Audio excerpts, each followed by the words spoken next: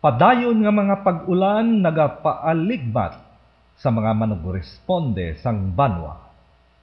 Maabtik nga nagresponde sa panawagan paagi sa isa ka radio station ang mga katapo sang kapulisan, mga bumbero, ambulansya kag mga volunteers sa Alert Emergency Response Team Organization sang Santa Barbara kag ginkantuan ang binaha nga panimalay ni Wilfredo Soderio, 54 anyos, nga isa ka paralisado sa Barangay Lanag, kaina sang alas 8 sang aga.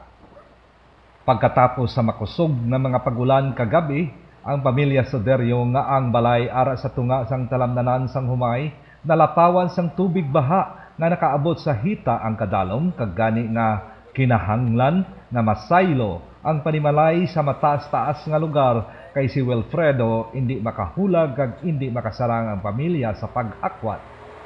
Dala ang lubid kag stretcher ginubog sang mga nagresponde ang talamnan kag gintabangan halin si Wilfredo sa mataas nga lugar o sa kaingod nga panimalay nga wala maabot sang baha kag ginpamalibadan na lang sang pamilya ang pagdala sini sa iya sa health center sa Banwa. Si Vice Mayor Rema Sumo nga amuman ang acting mayor nagsiling nga ang munisipyo padayon nga nagabantay sang mga lugar nga delikado kag ginabahaan para madali makalikaw sa kadalagman. Kamo na lang ang maglantaw sa inyong sitwasyon. If ever na masupan evacuate kami total sama. So alert na sila. Ang isa malayo na. Ang ginaano ko nga mag-iba na lang ang tayo.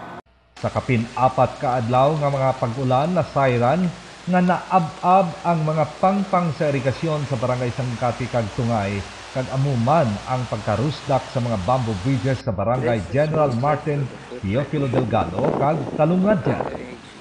Ang Santa Barbara Municipal Risk Reduction Management Council nagapadayon sa pagpatuman sang mga mitigating measures o disaster preparedness para hugot na maandaman kag malikawan ang mga kalamidad o trahedya.